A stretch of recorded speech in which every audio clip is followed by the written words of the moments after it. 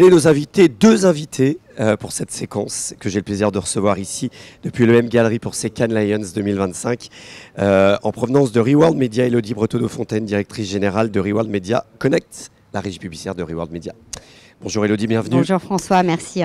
Et Jérémy Parola, Chief Digital Officer chez Reworld Media, bienvenue. Salut. Merci, vous êtes venu à Cannes évidemment pour discuter avec l'écosystème. Aujourd'hui, peut-être un mot de la stratégie éditoriale du groupe Reworld Media.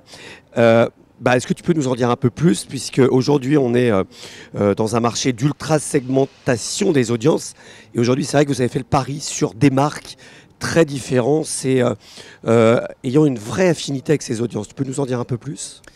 Oui, alors ça, c'est vraiment le pari initial de Reworld Media. Hein. C'est vraiment d'être dans la thématisation des audiences avec des marques fortes. On a un peu plus de 80 marques aujourd'hui dans le groupe.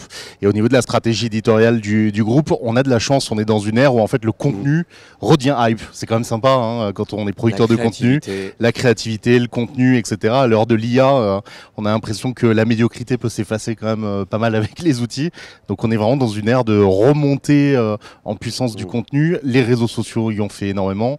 Et donc vraiment la stratégie éditoriale du groupe, si on doit la résumer en une phrase, c'est du social. C'est vraiment le maître mot de ces dernières années et encore plus en 2025. Et c'est d'aller chercher des formats originaux pour que le contenu soit valorisé pour ce qu'il est, c'est-à-dire du contenu créatif qui touche ses audiences. Vous avez lancé, je crois que vous avez été le premier publisher à lancer le social publishing, notamment en collaboration avec Publicis. Ça a été généralisé. Élodie, peut-être tu peux nous en dire un peu plus sur ce social publishing. L'idée, on le rappelle, c'est d'utiliser vos audiences énormes sur les réseaux sociaux, tu vas nous donner les chiffres, pour proposer aux marques de prendre la parole dans le cadre de différents comptes sociaux. Est-ce que j'ai bien résumé ce que c'est ? Presque. Presque. Tu vas préciser. Je vais préciser, exactement. En fait, Jérémy le disait, on a mis le poids du corps sur le social depuis plusieurs années maintenant. Donc on sait qu'il y a un transfert des usages qui se fait. Donc c'était vraiment important pour nous d'y être au niveau éditorial. Donc en fait, on y est. On a 80 millions de fans sur l'ensemble des plateformes, sur nos réseaux sociaux.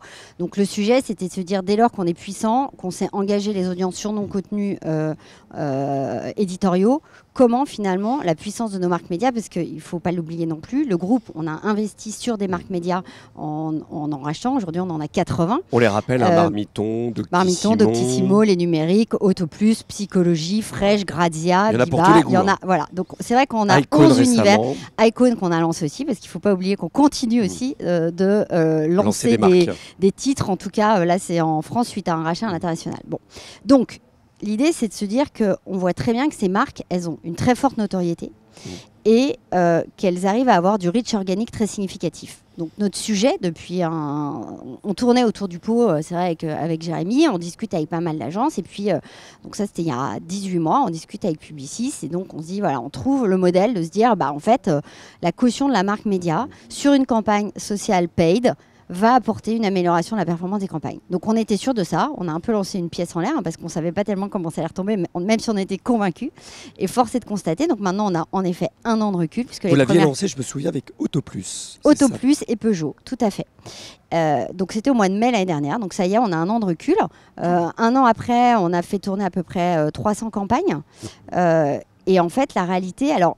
donc je vais réexpliquer le modèle après, mais le retour qu'on a, c'est que dans, je dirais, 90%, 95% des cas, on a une amélioration extrêmement significative de tous les KPI, qu'ils soient qualitatifs, comme un taux de visibilité, le fameux VTR 3 secondes sur les réseaux sociaux, ou quantitatifs, si on descend vraiment plus sur du bas de funnel. Donc, quel est le modèle ? Le modèle, c'est les agences médias ou certains annonceurs en direct qui achètent. On va leur mettre à disposition des marques médias sous condition d'affinité, bien évidemment. Donc, on valide toujours la présence de la marque média avec l'annonceur. Donc, Autoplus a accepté finalement d'aller avec Peugeot. Exactement. Donc, en fait, on va dire. Exactement, naturellement.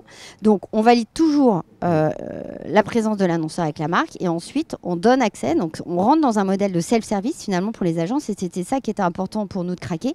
C'était comment aller chercher, capter une partie du budget social paid. Donc, il fallait rentrer dans le modèle d'opérabilité des agences sur le social paid et c'est du self-service. Voilà. Donc les agences gèrent directement le compte d'Autoplus, Doctissimo, Marmiton. Non, ils ne gèrent pas nos comptes. Ils ont accès à nos marques médias qu'on met dans leur business manager, soit de l'annonceur, soit de l'agence. D'accord. Donc Et- ils ont possibilité d'acheter finalement du paid Oui, sur sous la marque plateforme. média. Exactement. Et ça, c'est vraiment nouveau, on va dire. Hein. Voilà, bah ça a un an et c'est vraiment nous qui avons innové là-dessus. Et dedans, on a aussi notre data, c'est-à-dire que toute la data qu'on collecte au sein de notre DMP, donc c'est 1200 segments, c'est 40 millions d'ID, on a la data la plus volumique et la plus granulaire du marché, on la met aussi à disposition dans le Business Manager. Et ça, c'est de la data qu'on ne retrouve pas sur Meta, qu'on ne retrouve pas dans les autres plateformes. Donc en plus, on apporte une data additionnelle. Il y a une mieux-disance, on va dire. On voit que la créativité, c'est vraiment un levier différenciant pour les annonceurs. Hier, il y a une étude Kantar qui montrait que moins de créativité, c'est un point de PIB en moins. C'est une étude un peu choc révélée par Kantar avec la ACC. Aujourd'hui, vous mettez le poids du corps sur cette créativité sur les réseaux sociaux, notamment la vidéo, je crois, où c'est vraiment quelque chose de très important pour vous. Je ne sais pas qui veut répondre, Jérémy. C'est moi qui fais les recrutements, c'est moi qui réponds. Donc pour être créatif, il faut qu'il y ait des équipes. Donc effectivement, la première étape du poids du corps, ça a été de recruter des équipes. On a recruté 120 personnes dans les équipes sociales au cours des 18 derniers mois. C'est énorme, c'est la première fois qu'on faisait ça à l'intérieur du groupe de manière à créer une cellule sociale de A à Z.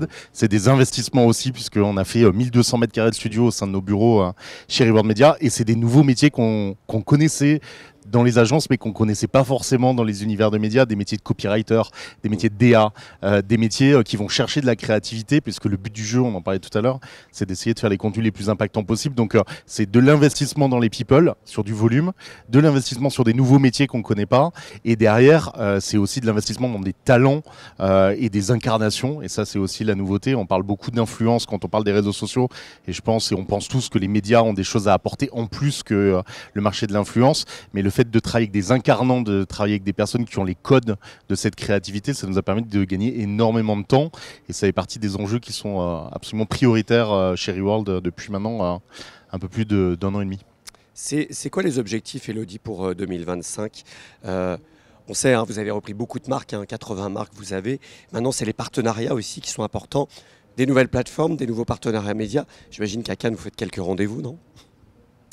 Alors oui, en effet, on est là pour voir pas mal de monde parce que voilà, c'est à cette période de l'année, en tout cas, c'est ici que ça se passe.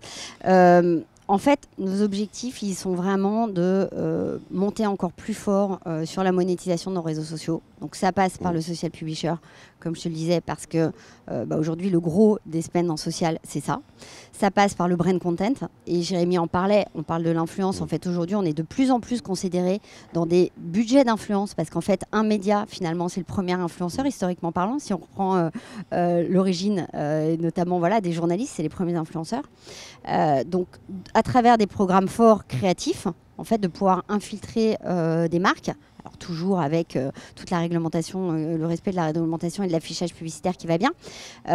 Donc ça, c'est un autre levier. Et encore une fois, parce qu'en plus, nos marques médias apportent une caution additionnelle. On a aussi des incarnants qui vont aussi apporter des cautions. On parle par exemple, sur Doctissimo, on a la chance d'avoir un Gérald Kerziek par exemple, donc, qui est extrêmement impliqué à la fois dans la ligne éditoriale et quand parfois il y a des opérations de brand content, il a son regard d'expert de médecin déjà. Donc le social, c'est vraiment un énorme poids du corps. Donc nous, on a trois gros pieds, hein. C'est le social, le web et le print. Donc le print, on est dans un marché qui est en légère décroissance, donc voilà, qu'on accompagne. Maintenant, on fait des lancements nouveaux. Icon, par exemple. Icon et Grazia aussi, qu'on a relancé en print cette année, là, au mois de mars. On a leur prochain numéro. Ouais, les retours ont été extrêmement positifs. Et ça a vraiment un effet de halo sur l'ensemble de la marque, justement, sur le social aussi.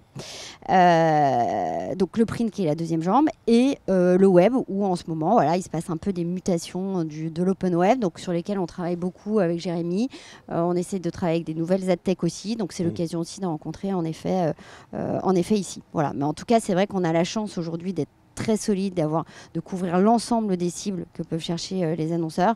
Et donc, ça nous donne une position d'un certain leadership, on va dire, sur beaucoup d'univers. Merci beaucoup à vous deux. Bon Cannes. Et puis, très bel été. Et puis, on reparlera avec vous dans les prochaines semaines, évidemment. Merci. Merci beaucoup. Merci à tous.